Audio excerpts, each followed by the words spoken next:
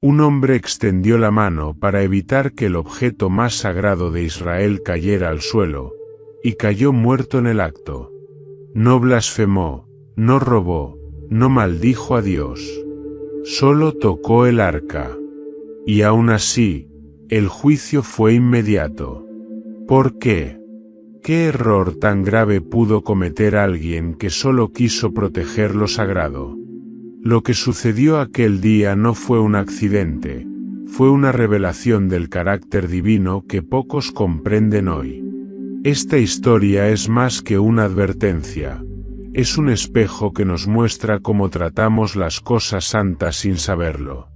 Si crees que conocer a Dios es solo cuestión de fe y buenas intenciones, espera a escuchar esto. Suscríbete ahora.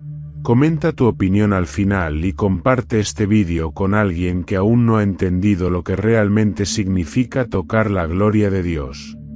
Mucho antes de que Uza viera la luz por primera vez, cuando ni su nombre ni su linaje habían cobrado relevancia, una caja recubierta de oro puro, de dimensiones modestas pero significado inconmensurable, se convertía en el objeto más temido y venerado sobre la faz de la tierra. Aquella arca, nacida de las instrucciones que el mismo Dios dictó a Moisés en la cima del Sinaí, no era simplemente un mueble sagrado, era el trono del Altísimo en la tierra, el punto de convergencia entre lo celestial y lo humano, donde la presencia divina se manifestaba con intensidad inigualable. Su existencia estaba rodeada de fuego, nube y misterio. Cuando el pueblo hebreo caminaba por el desierto, llevando consigo la promesa de una tierra que aún no conocían, el arca los precedía. No iba al final, como algo guardado, ni en medio, como una joya cualquiera. Iba al frente, abriendo caminos invisibles, dividiendo las aguas del Jordán, guiando con su poder al campamento errante. Cubierta por el propiciatorio de oro, sobre el cual dos querubines extendían sus alas como si protegieran un secreto eterno, aquel cofre no solo contenía las tablas de la ley, la vara florecida de Aarón y una porción del maná celestial, sino también el testimonio vivo de un pacto que Israel apenas comprendía en su profundidad. Pero el arca no era un simple símbolo de protección o compañía. Era también la prueba tangible de que la santidad no puede ser tratada con ligereza. Desde el momento de su creación, el Señor había ordenado que solo los levitas de la familia de Coat podían cargarla, y aún ellos no debían tocarla directamente, sino solo a través de los varales que la atravesaban. Aquel que ignorara este mandato, aunque lo hiciera por error o buena intención, enfrentaría consecuencias devastadoras.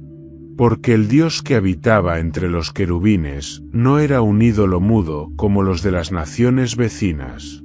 Era fuego consumidor. Durante la conquista de Canaán, el arca fue testigo del desplome de Jericó y del juicio sobre los filisteos, cuando estos se atrevieron a llevársela como trofeo de guerra. Y fue precisamente durante este oscuro episodio que comenzó su exilio prolongado, una peregrinación involuntaria que la llevaría, años después, al hogar de un hombre llamado Abinadab. La historia fue tan trágica como absurda. Los israelitas, confiados en el poder del arca más que en el Dios del arca, la usaron como amuleto durante una batalla contra los filisteos. Pensaban que su sola presencia aseguraría la victoria, olvidando que sin obediencia y arrepentimiento, incluso el objeto más sagrado pierde su poder. El resultado fue humillante. Los enemigos no solo vencieron, sino que capturaron el arca. Sin embargo, pronto descubrirían que lo que robaron no era una reliquia, sino una carga viva y santa. En Asdod, la colocaron en el templo de Dagón, su dios pagano. Pero al amanecer, Dagón yacía postrado en tierra, rostro abajo, ante el arca. Volvieron a levantarlo, y al día siguiente, no solo volvió a caer, sino que esta vez su cabeza y sus manos estaban cortadas. Luego vinieron las plagas, los tumores, la muerte. Ciudad tras ciudad, los filisteos comenzaron a rechazar el arca como si fuera un objeto maldito, y con temor decidieron devolverla a Israel en un carro tirado por vacas. Aquellas bestias, sin guía humana, caminaron directamente hacia Bet-Semes, como si el propio Dios las dirigiera. Pero aún allí, el juicio no se detuvo. Algunos hombres de Bet-Semes, dominados por la curiosidad o por una irreverencia inaceptable, osaron mirar dentro del arca. Lo que vieron, o lo que pretendieron ver, no se sabe. Lo que sí se sabe es que más de 50.000 cayeron muertos ese día. Entonces, atemorizados, pidieron a los habitantes de Kiriat Jearim que la llevaran lejos de ellos. Y fue así como llegó a la casa de Abinadab. Allí, en un rincón apartado de la colina, lejos del bullicio del santuario y del estrépito de las guerras, el arca reposó en silencio. A simple vista, era solo una caja cubierta por una tela, oculta dentro de un cuarto oscuro y reverenciado, pero para los ojos espirituales, era como tener un volcán dormido en casa. No se oía su voz, pero su presencia se sentía como un peso invisible. Nadie se acercaba sin temor, y nadie olvidaba que allí residía el mismo Dios de Israel. Los años pasaron. En aquella casa crecieron los hijos de Abinadab, Uza y Ahío. Ellos no conocieron el desierto, ni los milagros de Egipto, ni la gloria del tabernáculo, pero sí convivieron con el objeto más sagrado que su nación poseía. Desde niños aprendieron a no correr cerca del arca, a no tocarla, a observarla solo desde la distancia y con respeto. Pero como toda generación que crece en la familiaridad con lo divino, corrieron el riesgo de confundir reverencia con rutina.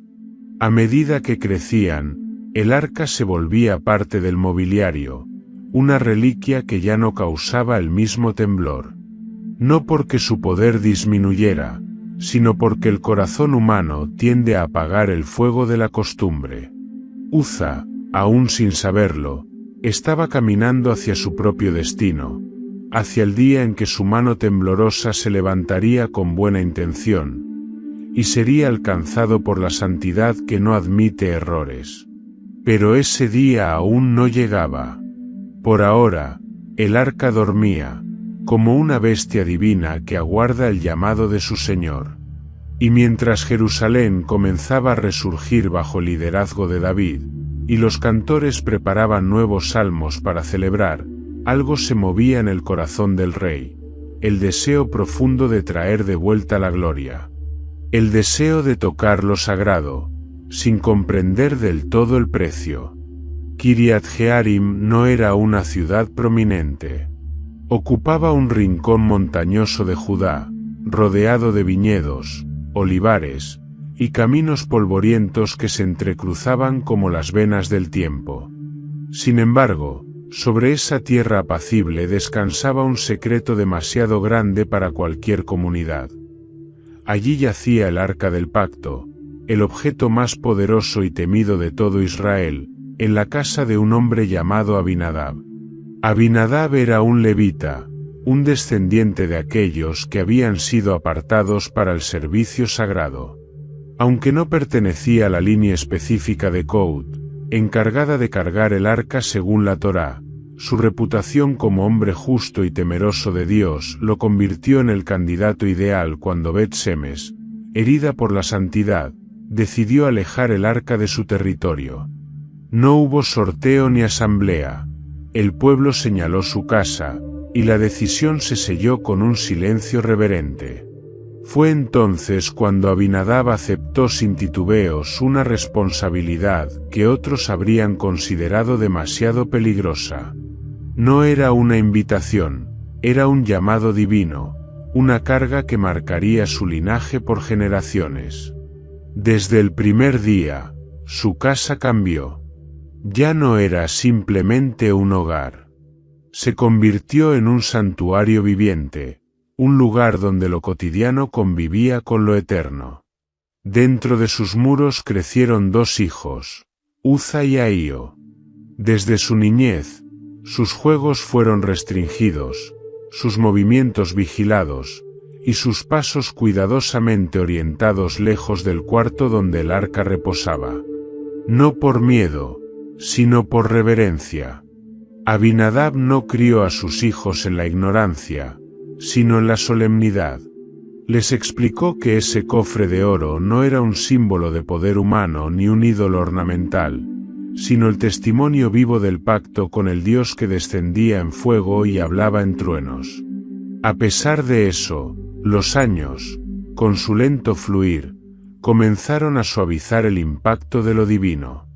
El silencio del arca, su falta de manifestaciones visibles, y su prolongada permanencia en un rincón apartado, comenzaron a producir una ilusión peligrosa, la familiaridad. Uza y Ahío, a medida que se convertían en jóvenes robustos, no veían el arca con los mismos ojos temblorosos que la generación de sus padres. La trataban con respeto, sí, pero un respeto aprendido, no sentido. Como un antiguo mueble que, aunque valioso, ya no impresionaba. Uza, el mayor, era fuerte, serio, comprometido con el orden y la disciplina. Ahío, por el contrario, era más vivaz, expresivo, con una inclinación a lo artístico y una risa que resonaba incluso en los pasillos cercanos al arca. Aunque diferentes en temperamento, ambos comprendían el honor que había recaído sobre su familia. Sabían que su casa era visitada en secreto por ancianos, escribas y levitas que anhelaban ver, aunque fuera desde la distancia, aquel cofre envuelto en misterio. Pero no todo eran momentos de contemplación. A lo largo de los años, la presencia del arca también trajo dificultades. Algunos vecinos murmuraban. Decían que vivir tan cerca del objeto divino era un riesgo, una tentación, una amenaza silenciosa. Otros, más piadosos, envidiaban las bendiciones que parecían rodear la casa de Abinadab: cosechas abundantes, salud persistente, armonía familiar. Y entre todas esas voces, los rumores de que el arca dormía en Kiriat Jearim crecieron. Israel había olvidado lo que una vez fue su gloria. Ni el sumo sacerdote ni el tabernáculo, ni siquiera los líderes tribales, mostraban urgencia por recuperarla. El arca, esa chispa de fuego que una vez dirigió batallas y dividió aguas, se había convertido en una reliquia, hasta que David subió al trono. Cuando el nuevo rey unificó las tribus, conquistó Jerusalén y la convirtió en su capital, algo ardió en su corazón. Él no quería solo un reino fuerte, quería un reino santo. Recordó las crónicas antiguas, los cánticos sobre el arca, las procesiones en el desierto, las victorias con la presencia de Dios al frente. Entonces comprendió que su ciudad no estaría completa sin el trono del Altísimo en medio de ella. David no era un hombre superficial. Era un adorador, un poeta, un guerrero. Pero también era impulsivo.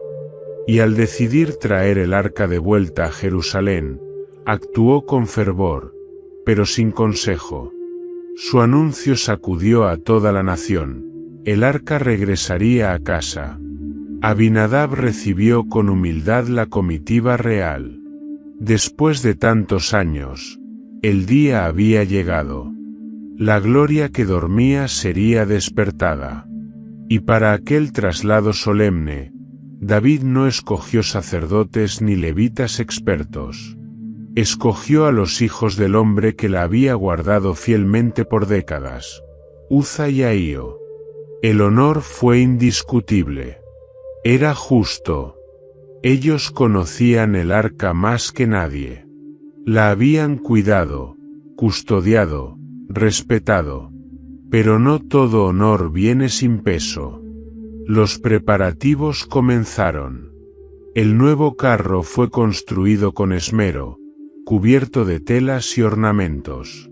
Los músicos ensayaban salmos, los guerreros limpiaban sus armas por si había resistencia, y el pueblo ayunaba con expectación. Uza, aunque reservado, sentía el orgullo de un hijo que cumple su destino. Ahío danzaba mientras supervisaba los detalles. Abinadab, en su vejez, observaba desde la entrada, consciente de que algo sagrado estaba por culminar, o tal vez por desatarse. Nadie sospechaba que el júbilo sería interrumpido por un relámpago invisible.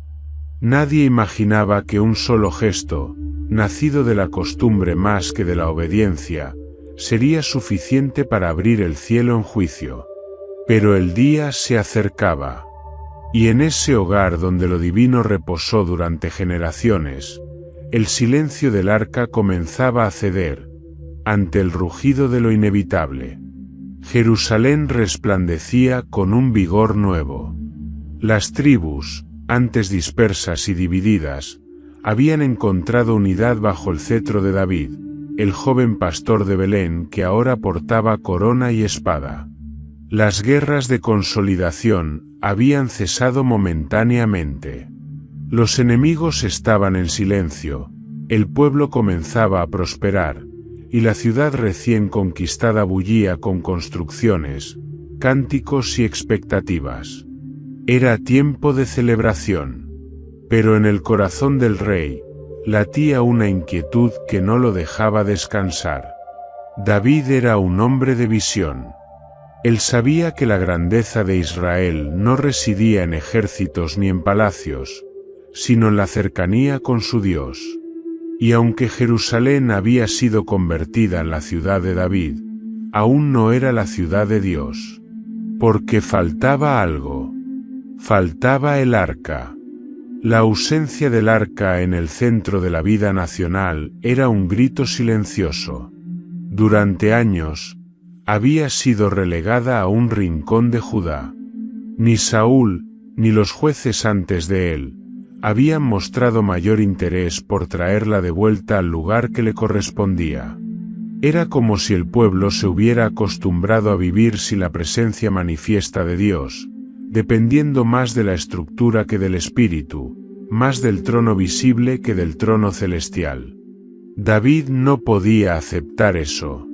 Con el corazón encendido por una mezcla de fervor, gozo y urgencia, el rey convocó a todos los hombres electos de Israel. 30.000. Un número imponente que reflejaba la magnitud del evento que planeaba. No se trataba de un simple traslado. Era una restauración espiritual, un símbolo nacional, una coronación divina de su reinado. Subamos a Kiriat Jearim, ordenó con voz firme, y traigamos el arca del Dios de Israel, el que mora entre los querubines. El eco de sus palabras recorrió el campamento como un trueno. No todos comprendieron la profundidad de lo que estaba en juego, pero el entusiasmo fue unánime. La idea de traer de vuelta el arca, esa reliquia sagrada envuelta en historias milagrosas y misterio, encendía el alma de un pueblo cansado de la rutina religiosa. El fervor era palpable. Los preparativos comenzaron con gran rapidez. Pero en medio del entusiasmo, hubo un error que pasaría desapercibido para la mayoría, pero que ante los ojos del cielo resultaría fatal. David, movido por el deseo más que por la instrucción, decidió construir un carro nuevo para transportar el arca. Una decisión aparentemente práctica, lógica, incluso honorable, pero profundamente incorrecta. Las escrituras habían sido claras. El arca debía ser llevada sobre los hombros de los hijos de Coat, usando los varales que atravesaban sus anillos. Nada debía tocarla. Ningún método extranjero debía adoptarse. Y, sin embargo, en la emoción del momento, David imitó lo que los filisteos habían hecho décadas antes. Usó un carro, como si el protocolo divino fuera un detalle menor. Uza y Ahío, los hijos de Abinadab, fueron elegidos para guiar el transporte. ¿Qué mejor elección que aquellos que habían vivido toda su vida junto al arca? ¿Quién más podría entender su santidad? Pero había un problema invisible. Ellos la conocían demasiado. La habían visto cada día. Habían caminado junto a ella sin que ocurriera tragedia. Y con esa familiaridad vino una disminución en el temor reverente. El día del traslado amaneció con el cielo despejado. Desde todos los rincones de Israel, hombres y mujeres se congregaron con túnicas limpias, instrumentos afinados y corazones expectantes. Era una fiesta nacional. Los tambores resonaban, las arpas vibraban, las flautas danzaban en el viento. David mismo vestía un manto especial y lideraba la adoración. Cantaba, saltaba, gritaba de júbilo. Y allí, al frente, tirado por bueyes y conducido por los hijos de Abinadab, iba el arca sobre un carro nuevo, cubierta por sus telas, silenciosa como siempre, pero más viva que todo lo que allí se movía. Uza guiaba desde un lado con solemnidad. Ahío iba delante, con pasos firmes y mirada hacia el horizonte. Todo parecía ir perfecto. El pueblo reía, aclamaba. Los ancianos lloraban de emoción. El rey danzaba con todas sus fuerzas. Pero el cielo estaba en silencio. Y no todo lo que es celebrado por los hombres es aprobado por Dios. Mientras descendían por el camino que conducía desde Kiriat Jearim hacia Jerusalén, cruzaron la era de Nacón. Allí, el suelo se volvía más inestable. Los bueyes, sacudidos por un desnivel del terreno, tropezaron. El carro se tambaleó. El arca se movió. Fue un instante. Un segundo de tensión. Un respiro contenido en miles de gargantas. Y entonces, Uza extendió su mano. No por rebeldía. No por burla. No por desafío. Lo hizo por instinto. Lo hizo por cuidado. Lo hizo por respeto. Pero lo hizo en desobediencia. Esa mano, que durante años había estado cerca del arca, pero nunca sobre ella, se posó ahora sobre lo intocable. El acto que pareció noble en la superficie, fue un ultraje ante los ojos de aquel que había dado instrucciones precisas. Porque el arca no necesitaba protección humana. El Dios que divide mares y derrumba murallas, no requiere ayuda de mortales para sostenerse. Y fue entonces que el cielo respondió. Pero ese momento aún no ha sido narrado. Porque lo que ocurrió en aquel segundo, el instante en que la adoración se detuvo, en que la música se desvaneció, en que el aliento se congeló, marcó para siempre la historia de Israel. Nadie lo olvidaría. Ni el rey, ni el pueblo, ni el mundo. Porque el juicio cayó, y con él, la máscara de la costumbre se desintegró. La noticia del traslado del arca se había esparcido como fuego por las colinas de Judá y hasta los confines del norte. El entusiasmo era contagioso, las calles de las aldeas se llenaban de cánticos, y los levitas eran convocados desde sus ciudades como en tiempos antiguos. Era un momento largamente esperado. Desde la muerte de Elí y la tragedia de sus hijos, desde la captura del arca por los filisteos, nunca antes el pueblo había sentido tan cercana la posibilidad de restaurar el esplendor de la presencia divina. David, con todo el fervor que lo caracterizaba, no escatimó en detalles. Cada parte del desfile fue planeada con precisión. los instrumentos musicales, los cantores, los sacerdotes, los líderes de tribus, incluso la ruta fue seleccionada con cuidado para que el pueblo pudiera presenciar la procesión. Todo debía ser glorioso. El carro, construido especialmente para la ocasión, era una obra maestra de artesanía. Tallado con maderas finas y reforzado con detalles dorados, fue diseñado para transmitir honor y belleza. David quería que el transporte del arca fuera no solo seguro, sino también digno. Nadie en aquel momento levantó una objeción. Los levitas no protestaron, los ancianos no señalaron el error, y los mismos sacerdotes parecieron conformes. El ambiente era demasiado jubiloso como para detenerse en tecnicismos. El entusiasmo superó a la obediencia. Los hombres encargados de guiar el arca, Uza y Ahío, fueron recibidos como héroes. En las reuniones del pueblo, se hablaba de ellos como los custodios de lo sagrado. Después de todo, habían vivido toda su vida junto al arca. Eran conocidos por su seriedad, por su conducta respetuosa, y por haber sido fieles guardianes durante años. Nadie mejor que ellos, decían, para escoltar la gloria de Dios hacia la ciudad del gran rey. Sin embargo, había algo que ni David ni Uza ni los levitas estaban viendo con claridad. Lo sagrado no seguía por buenas intenciones, sino por fidelidad al mandato. La ley, escrita hacía siglos, seguía vigente. No podía ser sustituida por métodos humanos, por costumbres extranjeras o por atajos prácticos. El arca no debía tocarse. El arca no debía montarse en carros. El arca debía ser llevada por los hombros de los coatitas. Pero el entusiasmo había cegado al pueblo. Nadie había consultado la Torá. Nadie había preguntado al Señor cómo debía hacerse. Estaban demasiado ocupados celebrando como para detenerse a escuchar.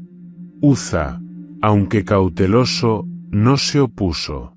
Conocía el protocolo, lo había escuchado desde niño en labios de su padre Abinadab.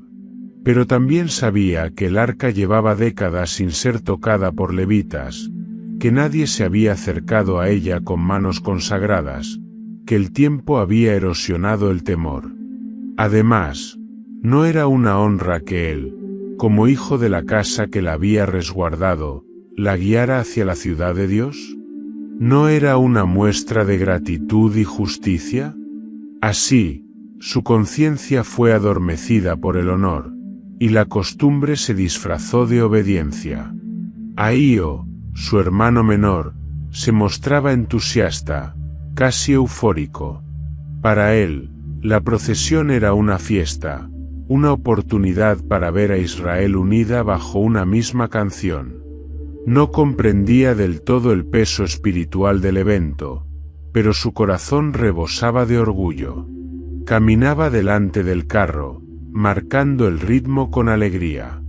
No había temor en sus pasos, sino un júbilo ingenuo que contrastaba con la tensión silenciosa que comenzaba a gestarse en lo alto.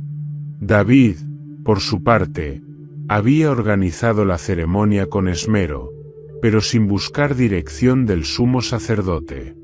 No hubo Urim ni Tumim, no hubo consulta a los escribas, no hubo oración de intercesión. El rey actuó como lo haría más adelante cuando quiso censar al pueblo, confiado en su juicio, sin percibir que lo correcto a los ojos humanos puede ser desastroso ante los ojos de Dios. El día llegó. El sol ascendía firme sobre las colinas, iluminando el camino que serpenteaba desde Kiriat Jearim hasta Jerusalén. Las multitudes se agolpaban en los márgenes del sendero, ondeando ramas, cantando salmos, tocando instrumentos. Los ancianos lloraban, los niños reían. Era un día que parecía estar marcado por el favor del cielo. Y sin embargo, Sobre todo ese esplendor, se cernía una nube invisible, una tensión apenas perceptible, como el silencio que precede a una tormenta. El carro avanzaba lento pero firme, tirado por bueyes entrenados. Sobre él, el arca reposaba, cubierta por telas púrpuras y azules, envuelta en un velo que no podía ocultar su peso espiritual. Uza caminaba al lado derecho, atento, vigilante. Ahío iba al frente, abriendo paso con voz clara. A cada metro, los músicos aumentaban el ritmo, los danzantes giraban con más ímpetu, y los tambores retumbaban como si anunciaran una coronación. David, vestido con lino fino, danzaba con fuerza desbordada. Su alegría era pura. No lo hacía para ser visto, sino porque su alma rebosaba. Cantaba con todas sus fuerzas, alabando al Dios que había escogido a un simple pastor y lo había elevado por encima de reyes. Era el clímax de su gobierno. Nada podía salir mal. Pero Dios no se deja impresionar por las formas. No es movido por música, ni por danzas, ni por desfiles. Es un Dios santo, celoso, fiel a su palabra. Y lo que estaba a punto de suceder no sería el resultado de una explosión de ira divina, sino de una fidelidad inquebrantable a su ley. Una fidelidad que no cambia, aunque pasen los siglos. Una fidelidad que exige reverencia, incluso cuando hay júbilo. En la era de Nacón, donde el suelo se vuelve irregular, los bueyes comenzaron a agitarse. Tal vez pisaron una piedra, tal vez tropezaron con una raíz. El carro se tambaleó. Las telas que cubrían el arca se movieron. Fue un momento mínimo, casi imperceptible, pero para Uza fue una alarma interna. Su instinto fue más rápido que su pensamiento. La costumbre habló antes que la ley. Extendió su mano. Quiso estabilizar lo que, según él, estaba en peligro. Pensó que hacía lo correcto. Pensó que protegía lo sagrado. Pero nadie protege lo que es infinitamente santo. Nadie sostiene al Dios que sostiene el universo. La mano de Uza rozó el arca. Y en ese mismo instante, el tiempo se congeló. El sonido se apagó. El pueblo se detuvo. Y el juicio descendió como un relámpago que no se ve, pero que se siente en lo más profundo de los huesos. El instante había llegado. No importaron las buenas intenciones, ni la experiencia, ni el linaje, ni la devoción. Solo importó la obediencia. Y lo que ocurrió en ese segundo no sería olvidado jamás. Porque cuando lo divino es tratado con manos humanas, incluso el acto más noble puede volverse el más letal. El instante en que la mano de Uza tocó el arca fue tan breve como el parpadeo de un ojo, pero tan cargado de eternidad que partió la historia en dos. En medio del estrépito de los instrumentos, de los gritos jubilosos del pueblo y del danzar apasionado del rey, un silencio repentino descendió como un velo que lo cubrió todo. El cuerpo de Uza, que hasta hacía segundos caminaba con firmeza junto al carro, cayó de forma abrupta al suelo, como si la vida hubiese sido arrancada de él por una fuerza invisible, violenta y final. El pueblo se detuvo. Los músicos congelaron sus acordes. El sonido de las flautas quedó suspendido en el aire, inconcluso. Los danzantes cesaron sus giros, y los portadores de estandartes dejaron caer los brazos. Nadie entendía qué había sucedido, pero todos lo sintieron. Una presencia intensa, imponente, descendió sobre el lugar. Una gloria tan pura que quemaba. Un juicio tan repentino que no dejaba espacio a palabras. David, jadeante por la danza, giró su mirada hacia el frente. Lo que vio lo dejó paralizado. El cuerpo sin vida de Uza yacía junto al arca, su rostro aún contraído por el susto, su mano extendida como si no hubiese tenido tiempo de retroceder. El lugar donde cayó, la era de Nacón, se volvió de pronto tierra sagrada, testigo de un juicio que ningún corazón esperaba. La conmoción fue total. El rey dio un paso atrás, como si el suelo mismo se hubiese convertido en abismo. El pueblo comenzó a murmurar. Algunos lloraban. Otros no podían dejar de mirar el cadáver de aquel que, solo momentos antes, era símbolo de fidelidad. Nadie se atrevía a acercarse al arca. Nadie se movía. David sintió un nudo en el pecho. Su corazón, que ardía con pasión por Dios, ahora era consumido por un temor que no conocía. ¿Cómo podía ser? ¿Por qué aquel que quiso impedir que el arca cayera fue fulminado sin previo aviso? ¿No era acaso un acto de reverencia? ¿No era un gesto piadoso? Pero mientras esas preguntas se agitaban como tormenta en su alma, otra voz más profunda comenzó a hablarle.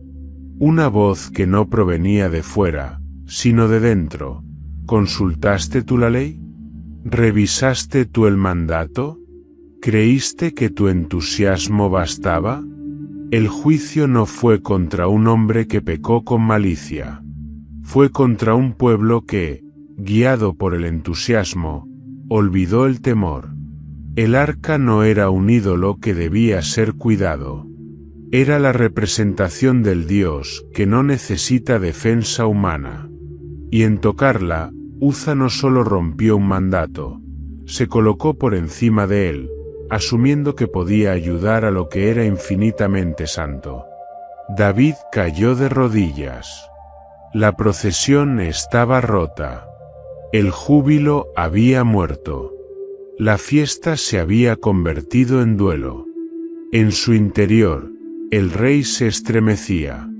No por la pérdida de Uza, sino porque había tocado los bordes del misterio de Dios, y había sido herido por ello. Aquella experiencia lo quebró. Lo hizo retroceder. Y por primera vez, el hombre según el corazón de Dios sintió un miedo profundo. ¿Cómo he de traer a mí el arca del Señor? Se preguntó con angustia. No hubo respuesta inmediata. Solo silencio. Uno denso, cargado, como si el cielo esperara que la lección calara hondo.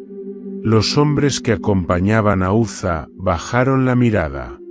Algunos se cubrieron el rostro. Otros se arrodillaron. Nadie se atrevía a mover el cuerpo.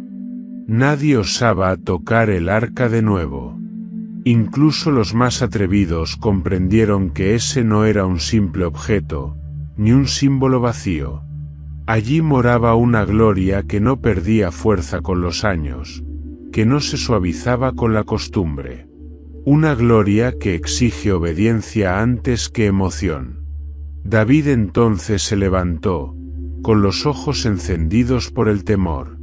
No con miedo de perder su vida, sino con un respeto que solo nace cuando uno contempla la justicia divina sin filtros.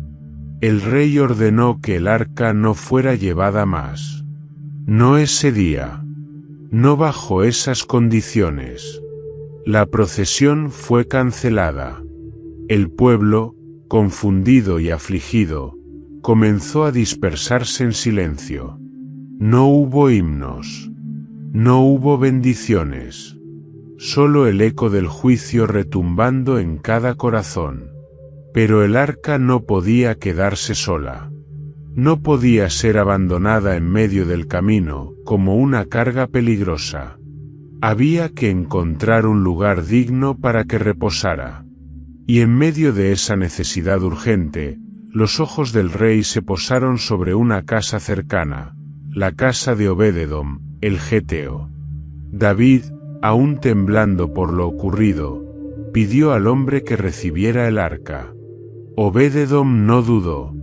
Su corazón, aunque consciente del peligro, ardía de fe. Recibiría la presencia del Altísimo bajo su techo. No por atrevimiento, sino por devoción. Así, los levitas, esta vez con más cuidado, llevaron el arca al hogar del geteo.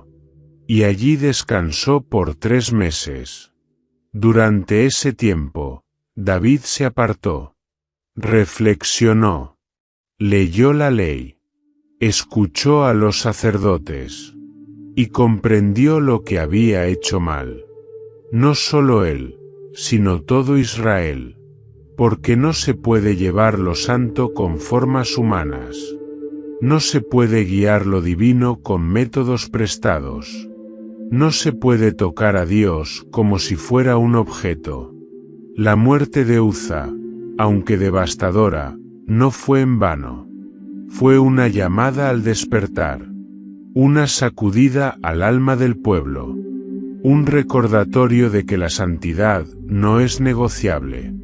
Y mientras David meditaba, y el pueblo sanaba de su sobresalto, en la casa de Obed-edom, algo comenzaba a florecer. Porque allí donde la obediencia encuentra espacio, la presencia de Dios se transforma no en juicio, sino en bendición. Pero eso es otra historia que aún está por revelarse. El camino que había comenzado con danzas y júbilo, terminó con silencio y luto. El cadáver de Uza había sido enterrado cerca de la era de Nacón, en un lugar marcado por la memoria del juicio. Aquel rincón se convirtió en un recordatorio sombrío de lo que sucede cuando la gloria de Dios es tratada con manos comunes. El pueblo regresó a sus casas confundido, cabizbajo, cargando un peso que no comprendía del todo. Los cánticos cesaron. Las flautas quedaron enmudecidas. Los corazones, que antes ardían de entusiasmo, ahora se congelaban por el temor. David se encerró. No en su palacio, sino en su espíritu. No con enojo, sino con vergüenza. Había querido hacer algo glorioso. Había querido exaltar el nombre del Señor. Había querido restaurar la adoración. Pero en su impulso olvidó lo más importante.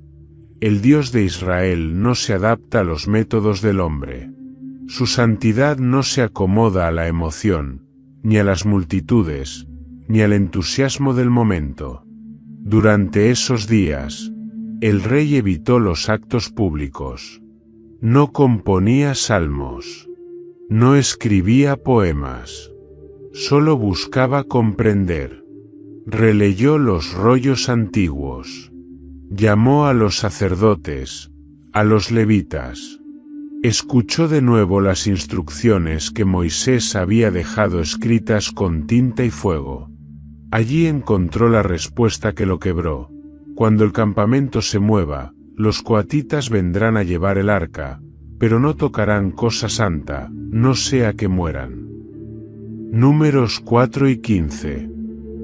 David, el hombre conforme al corazón de Dios, comprendió que no basta con tener buenas intenciones cuando se trata de lo sagrado. El corazón que anhela agradar a Dios debe también buscar su palabra, su forma, su orden. Porque el Dios que habita en santidad no se deja manipular por la emoción humana. Y ahora lo sabía. Tarde, pero lo sabía. El pueblo, entretanto, comenzó a murmurar. Algunos decían que tal vez el arca debía quedarse donde estaba. Otros opinaban que ya no debía tocarse jamás. La tragedia de Uza había sembrado una semilla de miedo en los corazones. Ya no hablaban del arca con esperanza, sino con pavor. La presencia de Dios se había vuelto un riesgo. Lo sagrado, una amenaza. Muchos se preguntaban, ¿quién podrá estar delante del Señor, este Dios santo? Y mientras las voces humanas oscilaban entre el miedo y la culpa, en una colina apartada, la casa de Obed-Edom era transformada. Allí, donde ahora reposaba el arca, comenzaron a ocurrir cosas que no podían ocultarse. Las cosechas florecían sin explicación. La salud llenaba a cada miembro del hogar. La paz reinaba en cada rincón. Incluso los vecinos comenzaban a notar que la bendición había descendido sobre esa casa como rocío sobre el monte de Sión. Obed-Edom no era un levita destacado, ni un hombre prominente. Era un geteo, un extranjero según algunos, aunque su corazón ardía por el Dios de Israel. Él no pidió tener el arca en su casa. Le fue encomendada en un momento de temor colectivo.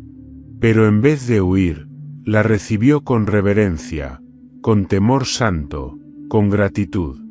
No como una carga, sino como un privilegio. Y esa actitud fue la llave que transformó el juicio en bendición. La noticia llegó a los oídos de David. 3 meses después, alguien entró en su habitación y le dijo: «El Señor ha bendecido la casa de Obed-Edom y todo lo que tiene, a causa del arca de Dios». Las palabras cayeron como un bálsamo sobre el alma del rey. El juicio no era el final. La gloria aún quería morar en medio de su pueblo. La presencia de Dios no era un castigo, sino una promesa. Pero había que acercarse con temor, con orden, con obediencia. David se levantó. Esta vez no con prisa, no con tamboriles, no con emociones. Se levantó con reverencia, con sabiduría, con corazón quebrantado. Sabía que debía intentar de nuevo, pero no igual, no con carro nuevo, no con métodos de los filisteos. Ahora, el arca sería llevada como Dios había ordenado, sobre los hombros de los levitas, con sacrificios en cada paso, con respeto en cada mirada, con gratitud en cada latido. El rey convocó nuevamente al pueblo, pero esta vez, no como espectáculo, sino como adoración verdadera. Y antes de moverse un solo paso, David consultó al Señor, buscó a los sacerdotes, leyó la ley, ordenó todo según el diseño divino. Porque ahora sabía que la gloria no se improvisa. La santidad no se improvisa. La obediencia no se sustituye con entusiasmo. Y así, mientras Jerusalén esperaba el regreso de la gloria, y los cielos observaban el cambio de corazón en su rey, en la casa de Obed-Edom, la presencia del Altísimo seguía iluminando cada rincón como una lámpara viva que no necesitaba aceite. El juicio se había manifestado. El temor había despertado. Pero el favor de Dios no se había retirado. Solo esperaba que su pueblo aprendiera a acercarse, no con manos temerarias, sino con corazones rendidos. Porque la presencia de Dios no es para ser tocada con confianza humana, sino para ser abrazada con reverencia absoluta. Desde la perspectiva terrenal, la muerte de Uza parecía desproporcionada. Un gesto instintivo, aparentemente noble, fue castigado con la muerte instantánea. El pueblo no entendía. El rey se quebró. La procesión fue interrumpida. ¿Acaso no era Uza un hombre piadoso? ¿No había crecido junto al arca? ¿No estaba intentando impedir que el objeto más sagrado de Israel tocara el suelo?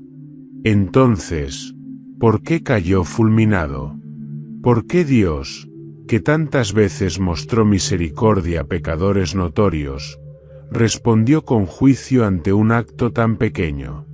Para comprender lo que ocurrió ese día en la era de Nacón, es necesario elevar la mirada más allá de lo visible. Hay momentos en la historia donde el cielo actúa no para destruir, sino para enseñar. No para castigar por ira, sino para recordar la seriedad de lo sagrado. Uza no murió porque Dios fuera cruel, sino porque Dios es santo. Y en su santidad, no hay lugar para el descuido, la irreverencia o la familiaridad superficial con lo divino. Desde lo alto, los ángeles contemplaban la escena con solemnidad.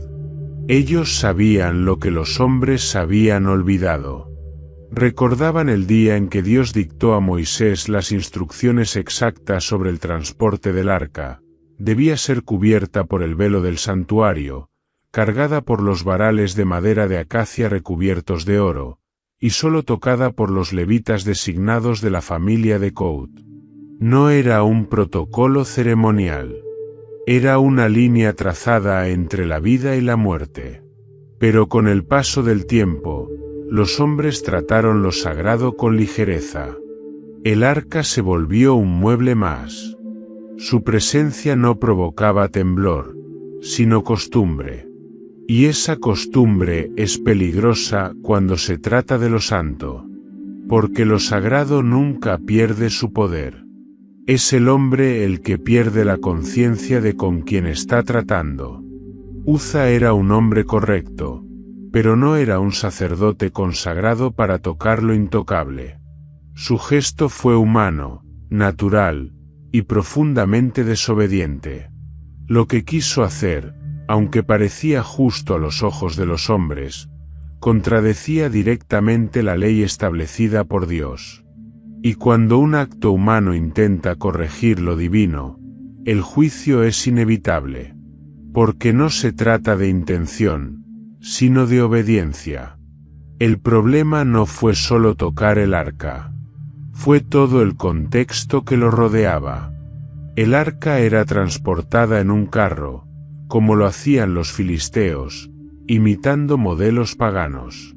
Los levitas no cargaban el peso santo sobre sus hombros. No se habían ofrecido sacrificios. Nadie se había santificado para el evento. El pueblo, aunque entusiasta, estaba irreverente. La gloria de Dios era tratada como un símbolo cultural, no como una presencia viviente. Y Uza, aunque bien intencionado, se convirtió en el límite, en la línea que el cielo trazó para advertir, hasta aquí. Su muerte no fue un castigo personal, sino una enseñanza colectiva, una llamada de atención, una sacudida, porque Dios no permitirá que su santidad sea arrastrada por el suelo de la costumbre, ni que su gloria sea manipulada por la impaciencia de los hombres. Pero hay algo más profundo aún. La muerte de Uza reveló una verdad que Israel había olvidado. Nadie puede acercarse a Dios por sus propios medios. Todo intento de tocar lo divino sin la mediación establecida por él mismo, termina en muerte. Desde el Edén, cuando Adán y Eva quisieron abrirse paso al conocimiento sin obediencia, hasta el monte Sinaí, donde el pueblo no podía ni acercarse sin morir, el mensaje era claro: la santidad de Dios no es negociable. Y aún más, esa escena anunciaba algo mayor, porque siglos más tarde, otro hombre vendría, uno que sí sería digno de tocar lo sagrado, uno que no solo tocaría el velo del templo, sino que lo rasgaría con su sacrificio. Uno que cargaría sobre sí la presencia divina, no en un carro, sino en su propio cuerpo. Jesucristo, el Cordero sin mancha, sería la única vía legítima para que el hombre se acercara a Dios sin morir. La muerte de Uza fue un eco de advertencia para una nación que se había olvidado del temor. Fue el rugido de la santidad en medio del bullicio de la religiosidad. Fue la señal de que la gloria de Dios no es un adorno que se lleva en procesión, sino una llama que consume todo lo que no ha sido purificado. David lo comprendió. El pueblo lo sintió. Y desde ese día, el arca fue vista con otros ojos. ya no como una caja de oro, sino como un fuego viviente que no admite desobediencia. Uza, sin proponérselo, se convirtió en el recordatorio viviente de lo que sucede cuando el hombre se atreve a tocar a Dios con manos no santificadas. Pero su historia no fue en vano.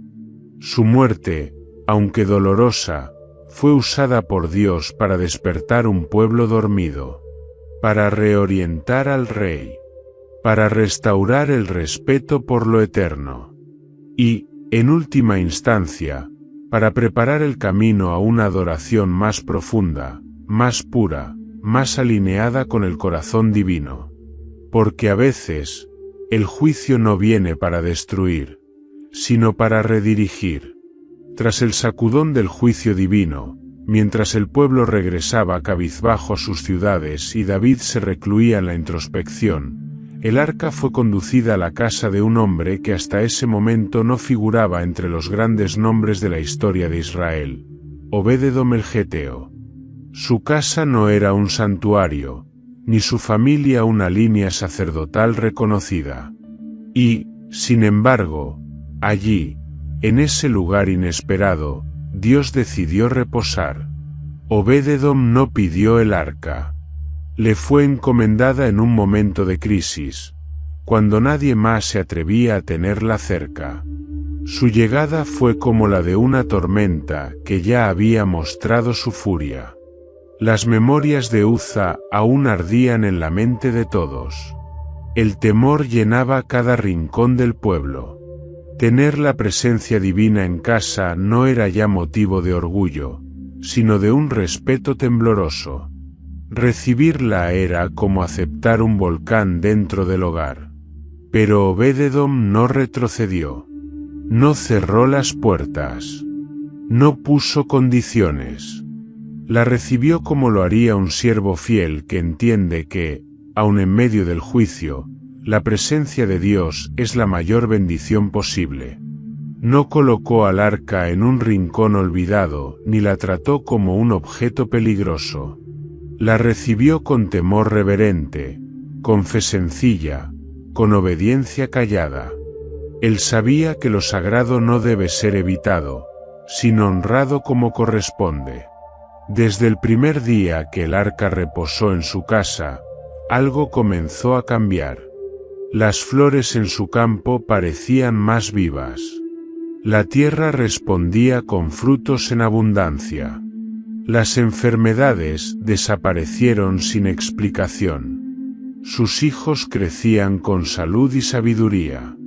Su hogar, antes modesto y común, se volvió una fuente de alegría inexplicable. La atmósfera cambió. No por magia, ni por poder humano, sino porque donde el Señor habita, todo florece. 3 meses duró la presencia del arca en casa de Obed-edom, pero bastaron para que toda la nación oyera de lo que allí estaba ocurriendo. Lo que el juicio había oscurecido, ahora la bendición lo iluminaba. El mismo objeto que había derribado a Uza ahora, levantaba a una familia entera. La gloria de Dios no había cambiado, era la misma. Lo que había cambiado era la actitud del corazón que la recibía. David, aún procesando lo ocurrido, recibió la noticia: el Señor ha bendecido la casa de Obed-edom y todo lo que tiene, a causa del arca de Dios. Las palabras retumbaron dentro de él con un eco de esperanza. Dios no se había apartado. Su gloria no había huido. Solo esperaba que el hombre aprendiera a honrarla. La bendición de Obed-edom fue la confirmación de que el juicio no era el final de la historia. El rey comprendió que no podía vivir sin esa presencia. No como símbolo de poder nacional, sino como el centro de la vida espiritual del pueblo. No bastaba con tener una ciudad fuerte, un ejército organizado, o una capital adornada. Si la gloria de Dios no estaba en medio, todo carecía de propósito. Pero esta vez, no actuaría como antes. Esta vez no improvisaría. En ese tiempo de silencio, David estudió la ley, consultó a los sacerdotes, organizó a los levitas. Comprendió que el arca no era solo un cofre de oro, sino el trono terrenal del Dios viviente. Que no bastaba con querer acercarse, sino que había que hacerlo a la manera de Dios. Porque su santidad no se adapta a la emoción humana, sino que exige preparación, pureza y orden. Mientras tanto, en la casa de Obed-edom, las oraciones ascendían como incienso. No había danzas públicas ni celebraciones nacionales. Solo una familia humilde viviendo bajo la sombra de la gloria, aprendiendo en cada día a convivir con lo eterno. No se registran palabras grandilocuentes de Obed-edom. No se citan discursos. Solo hechos. Solo frutos. Su casa fue bendecida, y eso bastó. Pero lo más notable no fue solo la bendición inmediata, sino lo que vendría después. Obed-edom no se quedó en su casa cuando el arca fue trasladada finalmente a Jerusalén. Él decidió seguirla. Se convirtió en portero del santuario, en músico, en servidor del templo. No pudo alejarse de lo que había transformado su vida. Una vez que experimentó la presencia de Dios, no quiso volver atrás. Y así, lo que comenzó como un acto de obediencia silenciosa se transformó en una vida de adoración continua. Obed-edom se convirtió en uno de los guardianes del nuevo orden de adoración que David estableció. Su nombre quedó grabado en los registros del templo como uno que no solo hospedó el arca, sino que fue transformado por ella. El juicio de Uza no fue la última palabra. El miedo no fue el fin del camino. En la casa de Obed-edom, Israel vio una señal clara: la presencia de Dios no es una amenaza, es un privilegio. Pero debe recibirse como tal, con temor reverente, con corazones limpios, con manos preparadas. Y mientras el rey se preparaba para un nuevo intento, esta vez en obediencia total, el pueblo volvía a mirar el arca no con miedo paralizante, sino con deseo santo. Porque ahora sabían que donde está el Señor, hay plenitud, y que la gloria no se impone, se honra, se sigue, se ama. El rey David no olvidó la muerte de Uza. Tampoco ignoró la bendición derramada sobre la casa de Obed-edom. En su interior, ambos acontecimientos convivían como dos caras del mismo rostro divino: juicio y gracia, fuego y aceite, santidad y misericordia.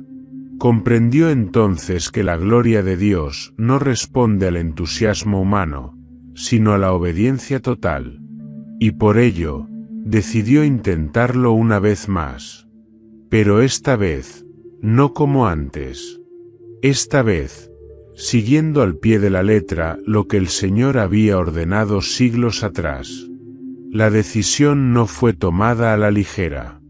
David se reunió con los levitas, los convocó desde todas partes de Israel, y les habló con palabras que mostraban cuanto había aprendido. Vosotros sois los jefes de las casas paternas de los levitas. Santificaos, vosotros y vuestros hermanos, y llevad el arca del Señor, Dios de Israel, al lugar que le he preparado. Porque al principio no lo hicimos así, y el Señor nuestro Dios nos quebrantó, por cuanto no le buscamos conforme a su ordenanza. La confesión fue clara. El error del primer intento fue haber actuado sin consultar a Dios, sin mirar su palabra, sin considerar su santidad. Esta vez, todo sería diferente. No habría carro nuevo. No habría métodos filisteos. El arca no sería tratada como un símbolo manipulable, sino como lo que era, la manifestación de lo sagrado en medio del pueblo escogido. Los levitas se santificaron. Se lavaron con agua, se vistieron con túnicas limpias, y se prepararon con ayuno y oración.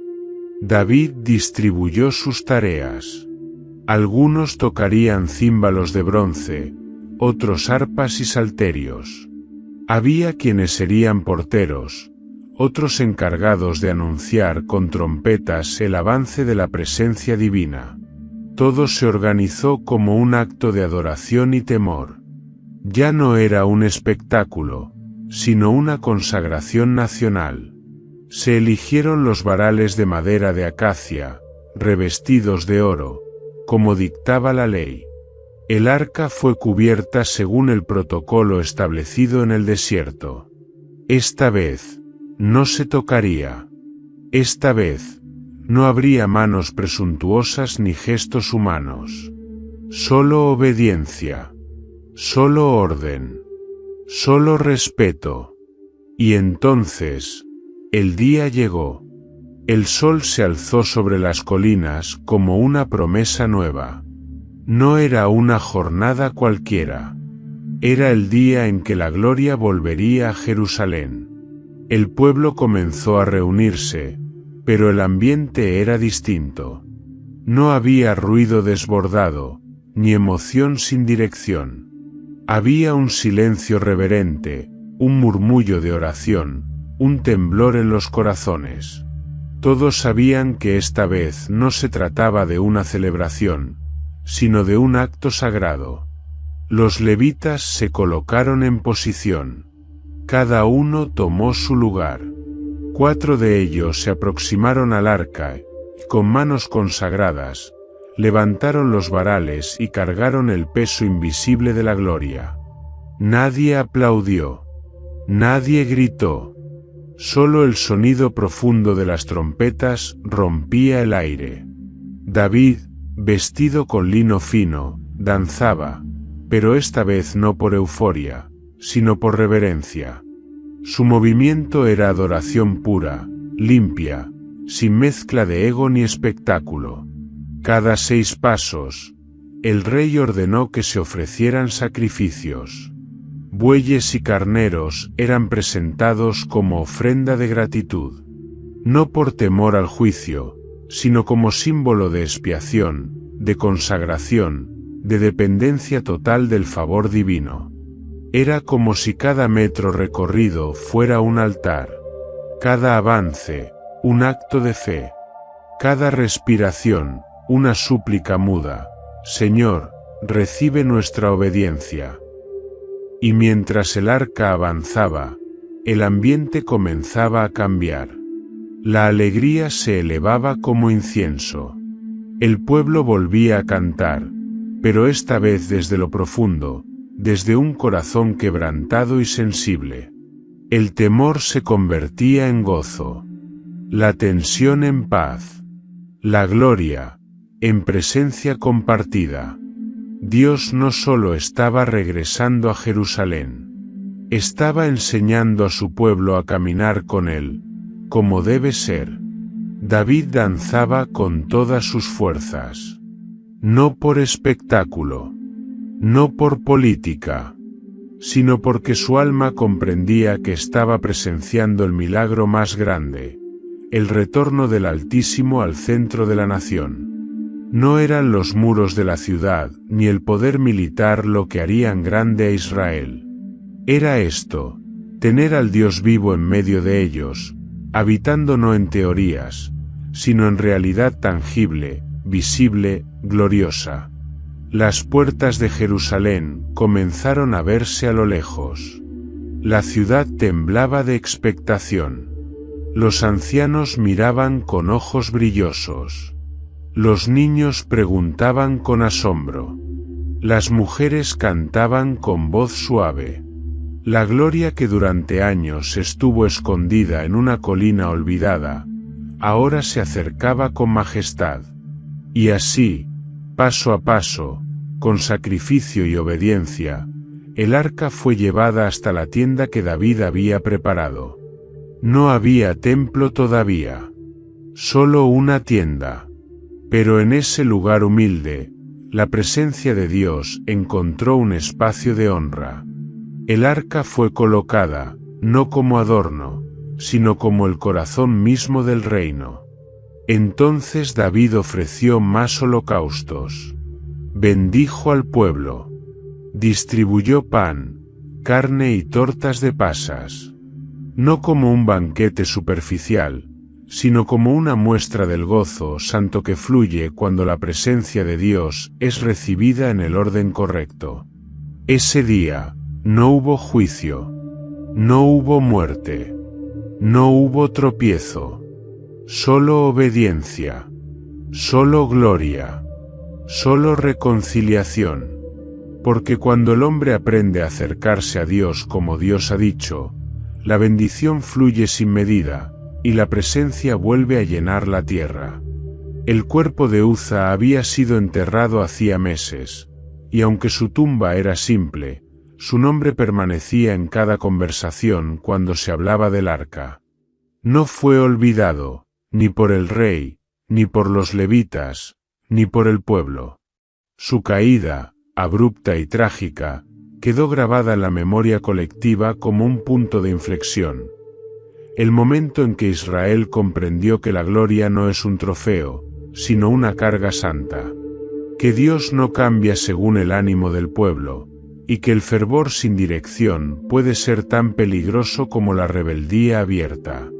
David no volvió a pronunciar el nombre de Uza con amargura. Lo mencionaba en las asambleas como un recordatorio solemne. No lo condenaba, pero tampoco suavizaba los hechos. El Señor lo hirió porque puso su mano sobre el arca, repetía con voz firme.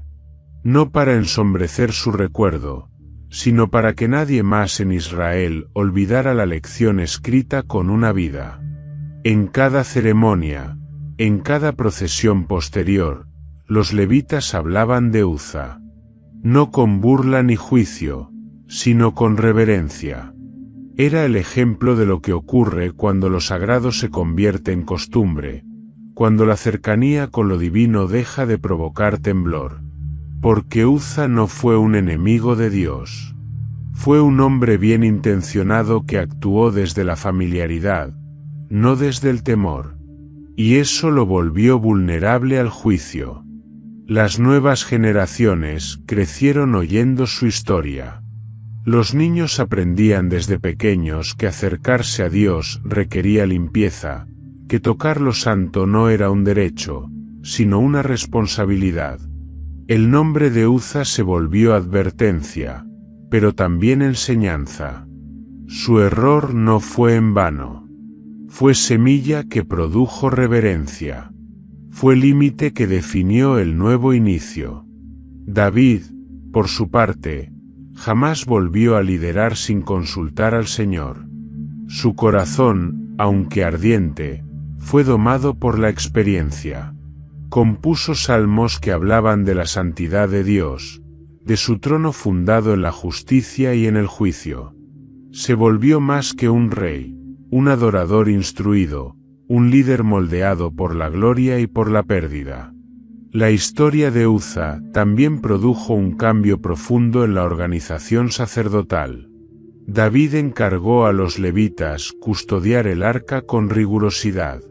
Se establecieron turnos, se detallaron funciones, se instruyó a las familias según sus linajes.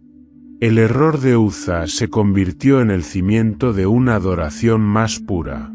Porque Israel comprendió que la cercanía con Dios no puede improvisarse. Pero más allá de lo institucional, la muerte de Uza impactó el alma del pueblo. Ya no se hablaba de la presencia de Dios con ligereza. Ya no se organizaban procesiones como fiestas vacías. Cada acto sagrado se convirtió en una oportunidad para recordar que Dios no habita en lo común, ni se deja manipular. Que lo eterno no baja al nivel de lo cotidiano, sino que el hombre debe elevarse con reverencia. Incluso en Jerusalén, ahora con el arca en medio, la atmósfera era diferente. La ciudad ya no era solo la capital política de Israel, sino también su centro espiritual.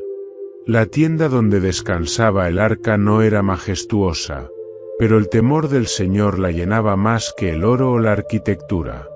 Y cada vez que el pueblo se reunía para adorar, el nombre de Uza era recordado en silencio. No con dolor, sino con respeto. Nadie volvió a tocar el arca. Nadie volvió a acercarse sin consagrarse. El polvo de la era de Nacón, donde Uza cayó, se volvió sagrado. El lugar fue marcado, no con una estatua, sino con memoria viva. Allí se aprendió que la adoración sin obediencia es un atajo al juicio. Que Dios, aunque cercano, no es común. Que su gloria, aunque accesible, sigue siendo fuego. Y así, el nombre de Uza no fue borrado por el tiempo. No fue cubierto por la vergüenza. Permaneció como señal para los que venían después. Porque a veces, los que caen bajo el juicio no son los más impíos, sino los que se acercan sin comprender la magnitud de la santidad. Y su historia, aunque trágica, ilumina el camino a una adoración más profunda. Los salmistas escribirían siglos después: adorad al Señor en la hermosura de la santidad, temblad delante de Él, toda la tierra. Y en cada temblor, en cada lágrima de adoración verdadera, el eco de Uza seguiría vivo. No como sombra, sino como advertencia.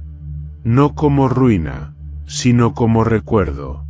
Porque Dios no se olvida de los que tocan lo sagrado. Ni para juicio, ni para gloria. Todo lo que ocurre cerca de su presencia deja huella. Incluso en el polvo. Incluso en el silencio.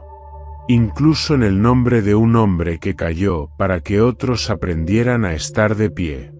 A lo largo de las generaciones, el nombre de Uza siguió apareciendo en las conversaciones de los sabios, en los cánticos reflexivos de los levitas y en los relatos contados a los niños cuando se acercaban al tabernáculo. Su historia no era una anécdota aislada ni un accidente divino, era parte de un patrón eterno, de una advertencia que atravesaba los siglos: el peligro de tocar lo santo con manos que no han sido preparadas. Y es que la historia de Uza no fue la primera ni la última vez que la santidad divina chocó con la ligereza humana. Mucho antes que él, en los días del desierto, dos hijos de Aarón, Nadab y Abiú, ofrecieron fuego extraño ante el altar del Señor. No se trató de un acto rebelde a los ojos humanos, sino de una variación, una creatividad litúrgica no autorizada. Pero el fuego de Dios descendió, no para consumir el sacrificio, sino para consumirlos a ellos.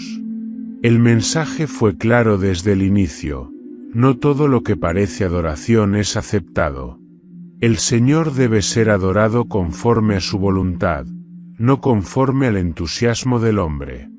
El eco de este juicio resonó también cuando los filisteos tomaron el arca y la llevaron a su templo, colocándola junto a Dagón. El ídolo cayó. Luego, se quebró. Y después vinieron las plagas.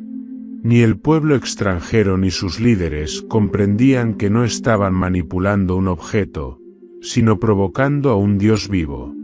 El mismo principio se vio años después en el templo de Jerusalén, cuando los sacerdotes y levitas comenzaron a ofrecer sacrificios con corazones divididos. La gloria se retiró. La presencia se apartó. Y aunque los rituales continuaban, el cielo ya no respondía. Porque el Señor no habita donde la forma reemplaza a la obediencia. La santidad no puede convivir con la indiferencia. Y aunque el juicio no siempre cae inmediato, su ausencia es tan contundente como su fuego. Pero quizás el mayor contraste, y la mayor revelación, vendría siglos después, cuando un hombre, también llamado Jesús, comenzaría a tocar lo que nadie se atrevía a tocar. Mientras Uza cayó por tocar lo santo sin ser llamado, Cristo tocó lo impuro y lo transformó con autoridad. Sus manos no temblaban al tocar al leproso, ni al imponerla sobre los ojos del ciego. Él no cayó muerto, porque él mismo era la encarnación de la santidad. La pureza no se contaminaba con él, era él quien purificaba todo lo que tocaba. Y entonces, el patrón se revela completo. En el antiguo pacto, el hombre no podía tocar lo santo sin morir.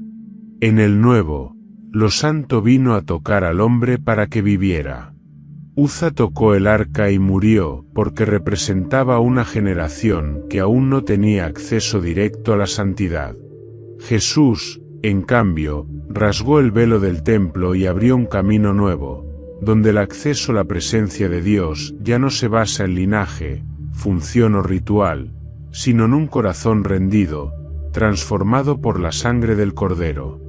Pero eso no significa que la santidad se haya diluido. El fuego de Dios no se ha apagado. Lo que cambió fue el acceso. Lo que antes era exclusivo para unos pocos, ahora se ofrece a todos, pero con el mismo llamado: sed santos, porque yo soy santo. Levítico 11:44, 1 Pedro 1:16. La irreverencia sigue siendo peligrosa. La ligereza, letal. Porque el mismo Dios que juzgó a Uza por tocar lo sagrado sin permiso, juzgará también al que pisotee la sangre del pacto como si fuera cosa común. Hoy, las manos que se levantan en adoración deben hacerlo con pureza. Los labios que proclaman el nombre de Dios deben estar limpios. Y los corazones que se acercan al trono deben hacerlo con temblor, no con familiaridad hueca. Porque aunque Cristo abrió el camino, el carácter del Padre no ha cambiado. El eco de Uza sigue vivo, no para infundir miedo, sino para recordar que la presencia de Dios es un regalo inmenso, pero también un fuego que purifica. Que su gloria sigue siendo real. Que lo santo no se trata como ordinario. Que tocar a Dios no es un acto común, sino un privilegio reservado para quienes han sido lavados y preparados. Y así, la historia de Uza no se cerró con su muerte, sino que se proyectó hacia el futuro como una advertencia y un mapa. Una advertencia para los irreverentes. Un mapa para los que desean caminar cerca del fuego sin ser consumidos. Porque lo sagrado no cambia. Solo cambia el corazón que se atreve a acercarse. Y mientras la historia sigue, el pueblo de Dios debe elegir, tocar con descuido, o acercarse con temor reverente. Ser como Uza, o ser como aquellos que siguen al Cordero donde quiera que va. Porque aunque los tiempos cambien, el Dios que habita entre los querubines sigue siendo el mismo. Y su gloria no se comparte con lo profano. Los siglos han pasado. Los carros de bueyes han sido reemplazados por plataformas digitales, las vestiduras de lino por trajes modernos, y las tiendas por templos imponentes. Pero aunque el contexto ha cambiado, la realidad espiritual detrás del Arca de la Alianza permanece inalterable. La presencia de Dios sigue siendo fuego, sigue siendo gloria, sigue siendo santidad que no admite ligereza. La pregunta que resuena hoy, como un eco eterno que atraviesa las generaciones, no es solo qué ocurrió con Uza, sino que estamos tocando hoy sin reverencia. El arca ya no se encuentra en una colina, ni en una tienda, ni siquiera en una caja de oro. El Nuevo Testamento revela un misterio aún más profundo. Nosotros somos ahora el templo. El lugar donde Dios habita ya no está hecho de madera de acacia ni cubierto de oro, está hecho de carne y espíritu. La presencia que antes era confinada detrás de un velo ahora habita en los corazones de los creyentes, por medio del Espíritu Santo. Pero aquí radica el peligro. Como ocurrió con Uza, la familiaridad puede dar paso al descuido. Las cosas santas, cuando se tornan comunes a nuestros ojos, comienzan a perder peso en nuestras manos. La oración se vuelve rutina, la palabra un libro más, la adoración una presentación, el llamado al arrepentimiento un concepto viejo. Tocar lo santo con manos sucias no siempre se ve como un pecado, porque ya no hay rayos que caen ni cuerpos que se desploman, pero eso no significa que Dios haya cambiado. Hoy, muchos tocan el ministerio sin haber sido llamados, como si fuera una carrera más. Otros predican la palabra sin temblar, como si el mensaje eterno pudiera manipularse para ganar aplausos. Algunos manejan los recursos del pueblo de Dios como si fueran suyos. Se construyen carros nuevos en forma de estrategias humanas, métodos de mercadeo, campañas sin oración, todo con el propósito de llevar la gloria de un lugar a otro. Pero el resultado es el mismo, el silencio del cielo. Porque lo que comienza con desobediencia, termina sin gloria.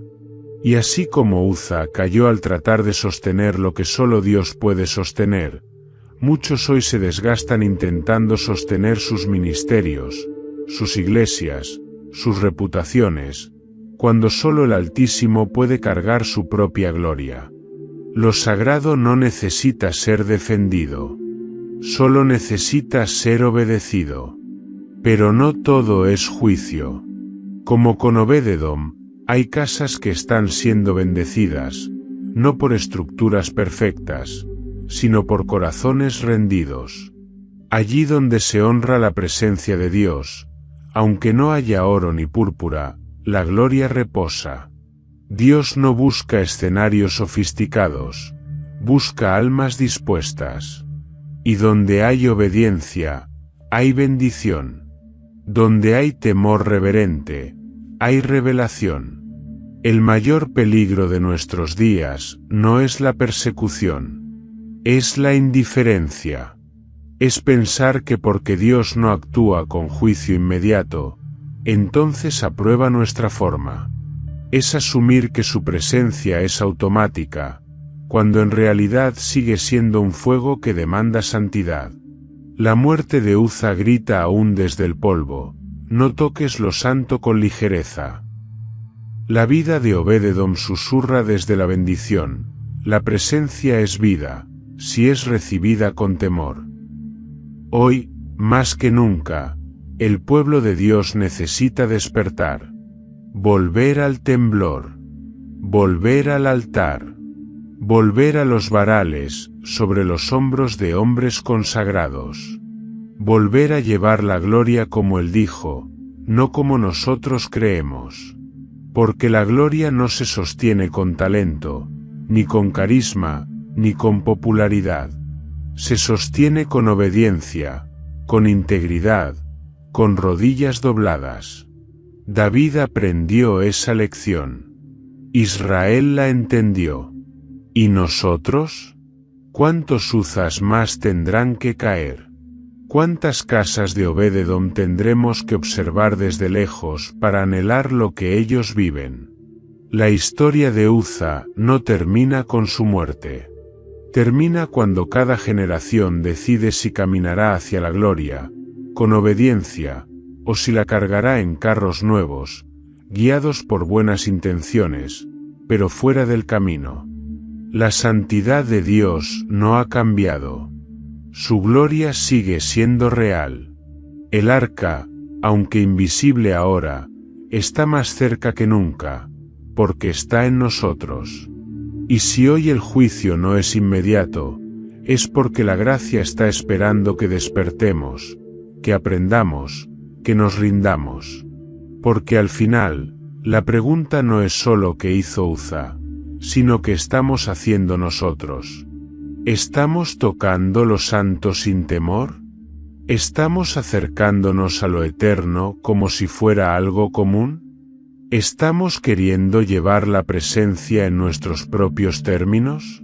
La historia de Uza es una advertencia que arde, pero también es una oportunidad que llama.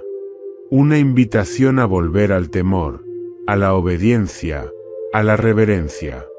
A recordar que el Dios que habita entre los querubines sigue siendo fuego consumidor, y que solo cuando caminamos a su manera, su gloria camina con nosotros.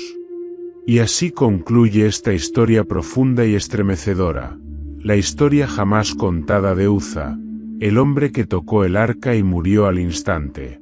Su vida y su muerte nos siguen hablando hoy, desafiándonos a reconsiderar cómo nos acercamos a Dios, cómo tratamos su presencia y si estamos realmente caminando en obediencia o simplemente guiados por emociones.